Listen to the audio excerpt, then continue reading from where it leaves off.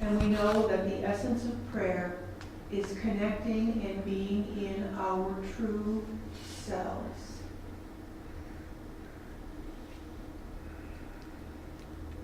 So that we can touch that divine spirit that is us and is all around us.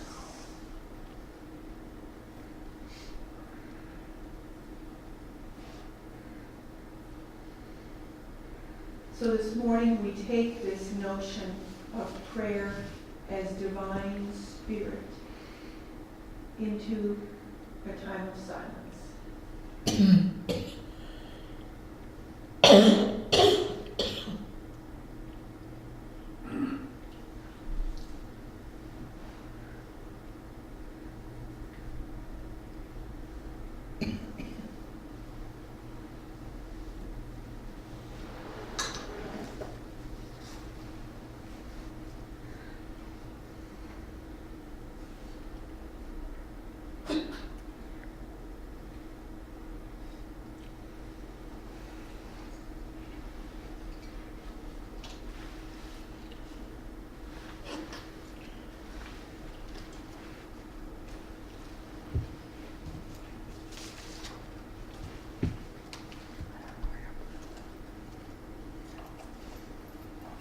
As we return our consciousness to this place and time, we know that the peace and calm of the place we just were is accessible to us in any moment.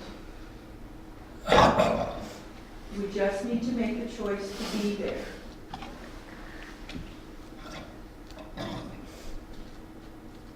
We bring with us into this space and time a renewed awareness of our own divine spirit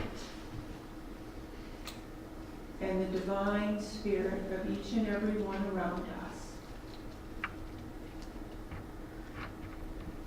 We give thanks for who we are and all that is, and so it is. Amen. Amen. Right here, Thank you. So this morning, Eric Butterworth says, if you want to be in prayer, get into the Spirit. That's what he says, get into the Spirit. So what kind of Spirit? And how do we get into that Spirit? And how do we return to that Spirit in those moments, on those days when we just go, I'm not feeling it. I'm not feeling it, right? How do we get back into that Spirit? We're working with the Butterworth book these 3 months, the book Discover the Power Within You. And this month, the 3 chapters that we're looking at really are focusing in on prayer. And what is prayer? What is prayer in unity? Next, or 2 weeks from now, Kim O'Connor will be here, and there's a chapter in this book all about the Lord's Prayer and how we might look at the Lord's Prayer from a unity perspective. And I'm really looking forward to that talk with her, too. So I'm not doing anything with the Lord's Prayer today, because that's hers. Okay? So we're looking at a broader sense of what is prayer and what is prayer in unity. Butterworth says, how do you ask God for what you want? We've got our graphic here going, could I, should I, question mark, what? And if we're transitioning from sort of a traditional prayer consciousness into a unity prayer consciousness, what does that look like anyway? And sometimes I know I get stuck and kind of go, well, I know how we're brought up to pray. I don't know if any of you were brought up like I was, but it was all about asking. Please do this, please do that, please do this, and please do this other thing, right? And then we thank for that thing that we just asked for. And that's kind of what it's about. And unity says that's not really what prayer is, because what prayer is praying from our divine self rather than to something out there that is going to take care of it all for us. So then how do we ask? Ask God for what we want by getting into the Spirit. It is not something that God must do for you, Butterworth says. It is what you must do for yourself to enable God to do for you. Okay, there's the twist. What you must do for yourself to enable God to do for you. And let's just take a look right now at this word God. Okay? So rather than thinking of God as the grandpa in the sky, I was brought up with the grandpa in the sky. My girls weren't, right? I think they're the only people here who were brought up in unity. Anybody else brought up in unity? Okay. So the rest of us weren't brought up in unity. So we have this thing maybe that we're bringing with us about what God is. And unity thinks of God as something a whole lot more, a whole lot bigger, a whole lot not, in a way. Not a grandpa in the sky. Yet it's in a way indefinable. Because God is that divinity within each one of us. It's also something bigger than that. It's something bigger than that. It's everything that is. It's everything that was, everything that will be. So there's this thing about prayer that has to do with what we do ourselves and in ourselves, and also something bigger than us. Which all I can say, for me, it's a mystery. And I know there's also something bigger than me. So what we must do for ourselves to enable God to do for us. So there's the million-dollar question, right? What must we do for ourselves? What must we do for ourselves? Butterworth gives us some insights. There's this piece out of Matthew. But whenever you pray, go into your room and shut the door and pray to your Father who is in secret. That does not mean go into your bedroom closet and close the door. That's the only place you can pray. That is not what that means. Butterworth helps us with this idea about secret. He says, when you pray or speak the word of truth, you are working in the causative realm, in the secret region of spiritual consciousness. So let's take that and go back up here to this piece out of Matthew. But whenever you pray, go into your room and shut the door and pray to your Father who is in secret. We go into ourselves, right? We go into ourselves and say, what's going on here? Who am I? Who is my deepest self? And what is the secret?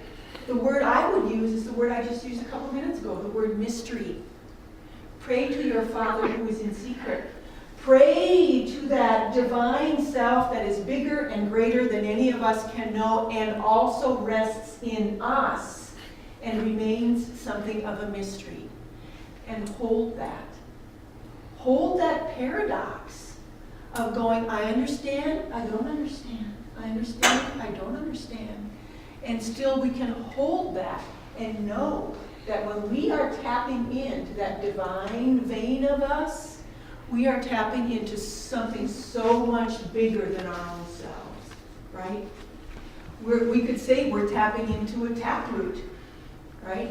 That leads us to that whole bigger mystery. So the secret is not a secret like, well, that's something you can't tell anybody. It's more like a secret of special, right? A secret of special. This is a special thing. This is a unique thing. It's like when somebody writes a book and on their jacket they say, I'm going to tell you a secret. It's not that they want to keep it a secret. They want the whole world to know. But they're going to tell us something unique and special that opens doors in our lives to something we may have never looked at before. It's that kind of secret that we're going to when we tap into our own sense of prayer. Let's look at this quote from Butterworth again. When you pray or speak the word of truth. So there's one of our keys. If we go back, whoops. So what must we do for ourselves? Speak the word of truth. Speak the word of truth. So it's that question of, what kind of truth do I want to invite more of into my life? Anybody have any words you want to put out here? What kind of truth do I want? Harmony. What's that? Harmony. Harmony. Community. Community. Vitality. Vitality. Love. Love. Confidence, maybe. Exploration. Anything that you perhaps are being challenged with right now. Balance. Self-esteem. Self-knowing. Whatever that word of truth is for you. And the T is capitalized intentionally. It's a big T truth. You know what? It might not feel true for you right now. And that's really what we need to take into prayer. Those truths that don't feel true right now. But we know it is. We still know it's out there. And we know it's there for us, even though it doesn't look like it in the moment. And that's what we need to grab onto and speak that word of truth. Butterworth goes on to say, pray to reestablish your contact with divine power. Right? It's like, what did E.T. say? E.T. called home, right? E.T. phoned home, right? To reestablish that contact with divine power. It's always there, but it's like the light switch. We got to turn it off if we want it to show our inner light. Turn it on. I'm doing opposite stuff. It's already showing. What's that? It's already showing. Yeah. We have to turn it on if we want it in our lives. It's flowing, but it's not going to come in if we don't invite it to come in. Reestablish our contact with divine power. So that's one of the things we can do in prayer, right? We can say, divine power, I'm not feeling you today. Where are you? Please come visit. Please come bolster me up. And in a way, it's kind of an asking, right? Please come. It's also an affirmation. Because when we say that, we're acknowledging in ourselves. We're inviting ourselves to bring that into our lives. It goes on to say, prayer is to lift consciousness. Yours, not God's. We don't have to live God's consciousness. It's our consciousness that we need to bring back into that realm. Does anybody other than me forget sometimes about that divine consciousness? You're going through your day and you're irritated and you're frustrated and you're disappointed and you're all of those kinds of very human, real emotions. And there's a point at which it's time to do for us what we need to do so God can do with us and for us. To stop and sometimes simply acknowledge, I'm not in a good spot right now. I'm not in an energy spot right now. I'm not in a joyful spot right now. That's my consciousness that I need to bring back to where I can tap into that divine stream. Prayer is an affirmation of truth that eternally exists, but which has not yet come into consciousness.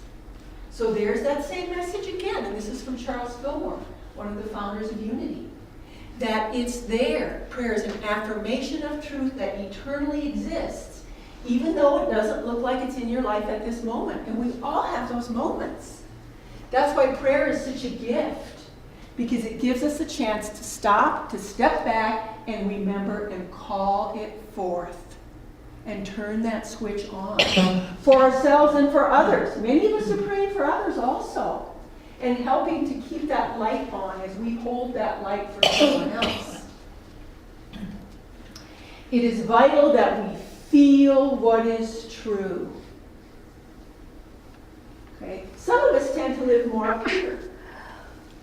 I certainly have days and times that I live up here. I live in that brain stuff, that intellect. But what we learn from Unity is that while intellect plays a role, we also must feel in our hearts what we know to be true. Because that's where we get past appearances. The intellect sees what is in front of our eyes right now and interprets. The heart feels and knows what is really true and can tap into that divine self and remind us, it's there. I got to grab it. I got to bring it back into my essence and myself. Cahill Gibran in Butterworth. For what is prayer but the expansion of yourself into the living ether? And many people say this about meditation. That when they feel like they're really in that spot, they're not even aware of a physical self, of a physical consciousness. Because we are opening and expanding ourselves into something so much bigger and greater than what we present right here in this moment. Don't waste your time asking for help. Call it forth into expression, says Butterworth. Don't waste your time asking. He says, you don't need to ask. It's already yours. The universe wants to give it to you. The universe wants to give you your good. But here's the key. We need to be ready to accept. And sometimes we're just plain not. You need not ask, but you must accept. You ever had a day when you go, that thing I did was so stupid, and I am going to carry that around for at least a week now, because I feel so bad about it. I'm at least going to carry it around all day, because I need to punish myself. Because that was so, and you may not say I need to punish myself, but there's something going on in there that says, I did something really stupid, feel stupid now, didn't at the time. So I'm going to make myself feel really bad for a while. Okay. So all Butterworth is saying is, we got to push that stuff aside and accept our good. Be open and accept and say, I am worthy. I am worthy of the highest and best that could ever happen in my life. I'm here on this planet in physical form because everything is available to me. And I am open. I am open and receptive. I am open and receptive. Say that with me. I am open and receptive. And I will bring whatever good is out there, whatever good is coming forward, I am ready to bring it into my life. So Unity actually gives us about 3 or 4 different models of prayer. This is the one I like, and I find myself using actually. When I open us in prayer for a service, I use a version of this every time. And I want to share this with you because it helps me bring all the stuff I just talked about, it helps me bring it into something concrete. First step, relaxation. Right? That's when we breathe. We sit down and go, this is part of accepting. Right? It really is part of accepting. Say, I'm here, I'm ready to set aside whatever I'm bringing with me at this moment. I'm ready to just be here. So the relaxation, the breathe, get comfortable in your seat. Do whatever you need to do to just be here now.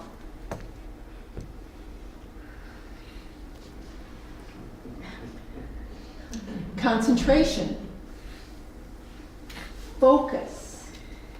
And I did that this morning with our prayer, right? I said we're going to work with prayer with prayer some today.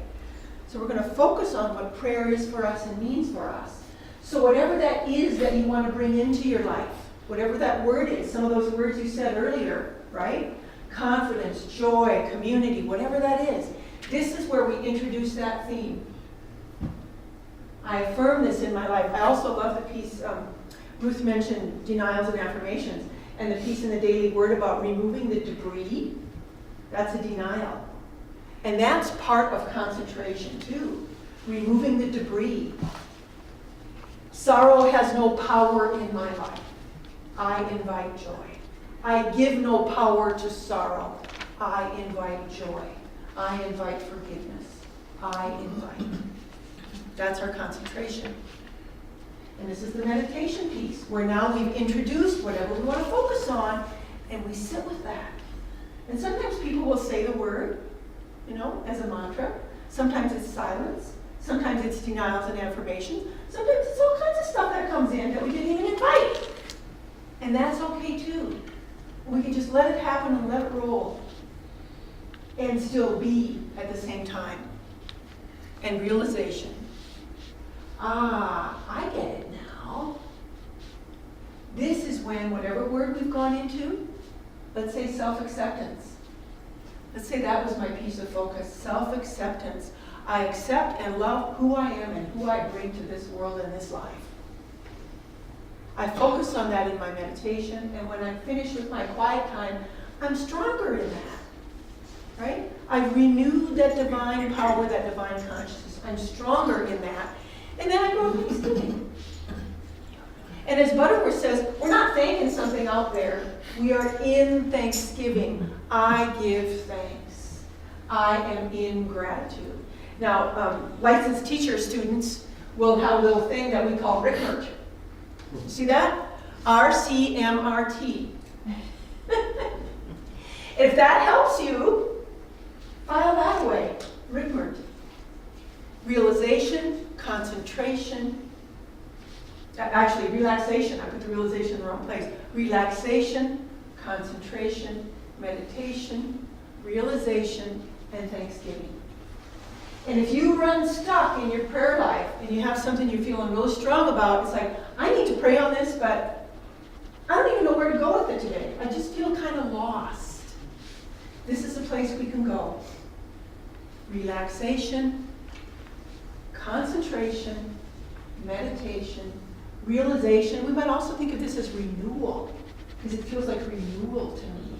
And then thanksgiving, gratitude. Oops. So let's do a short prayer in this style. I'm going to leave this up here because you can sneak your eyes open if you want to. You can leave them open the whole time if you want to.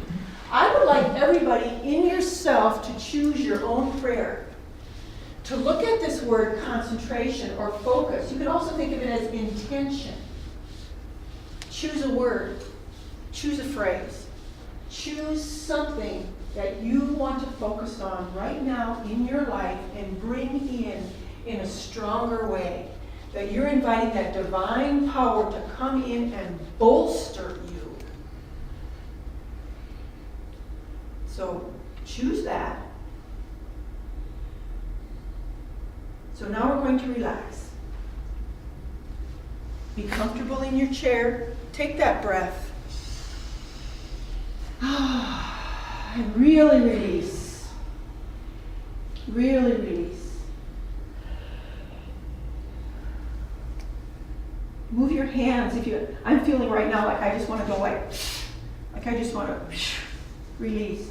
If you want to move some part of you and feel like you're active in that releasing, do that. To help you relax and be here in this time, in this space, in yourself, deeply lodged in yourself, in your divine self. Now, what is it you want to focus on? What is it you want to concentrate on? Is there an intention? Is there an affirmative statement you want to make to yourself?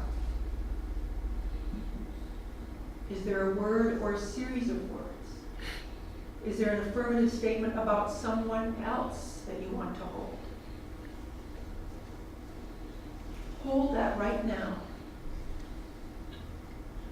in a time of silence.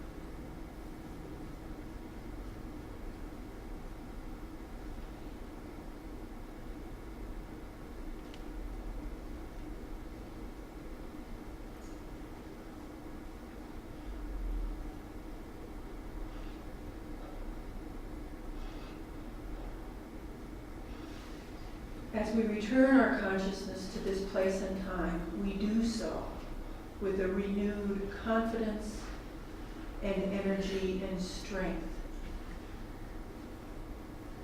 supporting what we have chosen as our own intention. And at this moment, if we so choose, we speak that word or we speak that affirmation to realize it even more deeply.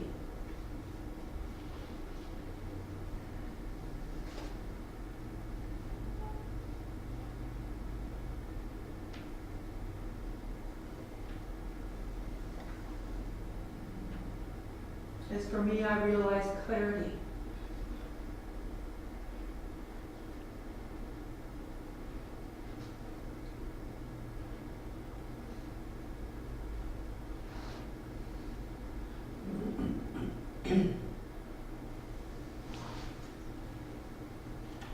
as we hold that affirmation, that word, that feeling in our hearts, we do so in gratitude for the knowing that this is who we are and a component of our greater truth. We are in thanks for ourselves and for all that is. And we say, Amen. So I invite you to take this model into your life, or pieces of it, in such a way that it may be helpful to you.